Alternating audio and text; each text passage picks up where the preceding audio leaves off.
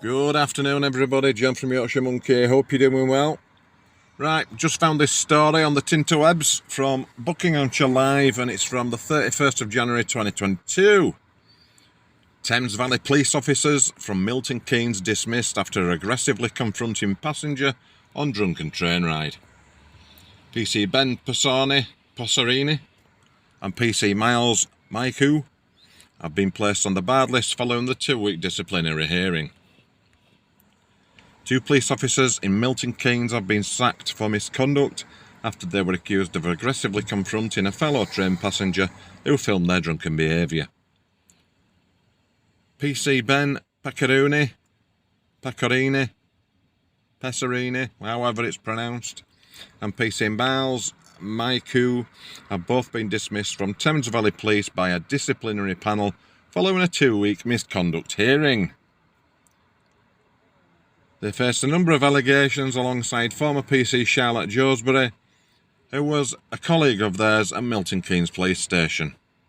The allegation related to a train journey the trio took back in 2019 when they were celebrating a birthday in central London. All 3 officers were accused of misusing their warrant cars to travel on London North West train from London Euston to Milton Keynes Central. What a surprise! However, this allegation was not proven by Thames Valley Police, who are referred to as appropriate authority in the hearing. Former PC Joesbury and PC Passerini also faced allegation of engaging in sexualised and inappropriate dancing on the train, which the pair admitted by the end of the hearing. The panel's legally qualified chair, Mr. John Bassett, said that this amounted to misconduct. All 3 officers were accused of engaging in noisy, drunken behaviour and confronting a passenger who filmed them, referred to in a hearing as Mr. A, in a loud, aggressive and/or physical manner. Mr. Bassett said while delivering the verdict at the time of the incident, Mr. A began filming. Both PC Passerini and PC Maiku were drunk. PC Passerini had admitted as such. When PC Passerini became aware that Mr. A was filming, he told him to stop and delete the recording. Mr. A would not do so, and PC Passerini aggravated the situation by leaning in and wagging a finger in his face. PC Joesbury tried to intervene, but unfortunately her action only aggravated the situation. It's clear and accepted that PC Joesbury was pushed by Mr. A, and that itself would be grounds to arrest Mr. A for assault. However, the way they went about it, a total lack of judgment due to their drunkenness. They failed to identify themselves as police officers when they had the opportunity to do so.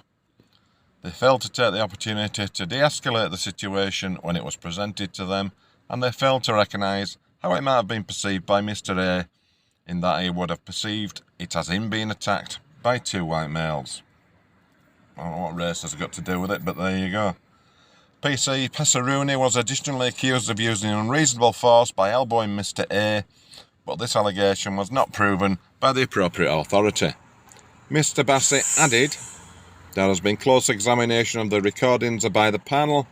It appears that PC Maiku released his hold on Mr. A. As a consequence of that, Mr. A did swing out. The panel finds it unable to say the use of elbow strike was unnecessary use of force.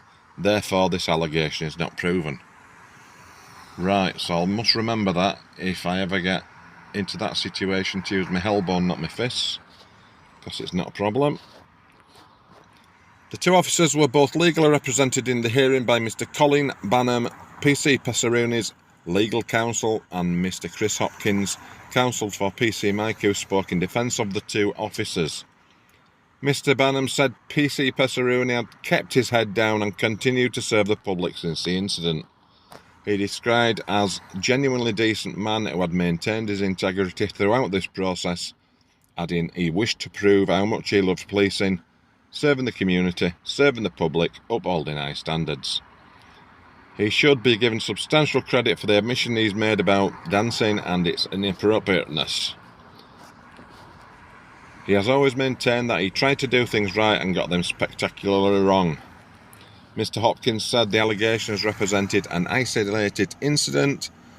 Adding of PC Maiku, he acted with a policing purpose and in good faith. There was no malicious intent or aim for revenge. If he could, he would go back and deal with matters very differently. He would have made it very clear that he was a police officer. I'm sure he would. But let's face it, they're just ego trips, aren't they, to these people? Ego trips. Okay, monkeys, we'll catch you later on. If you can like, comment and subscribe, that'd be absolutely fantastic. And we'll catch you soon. Stay safe.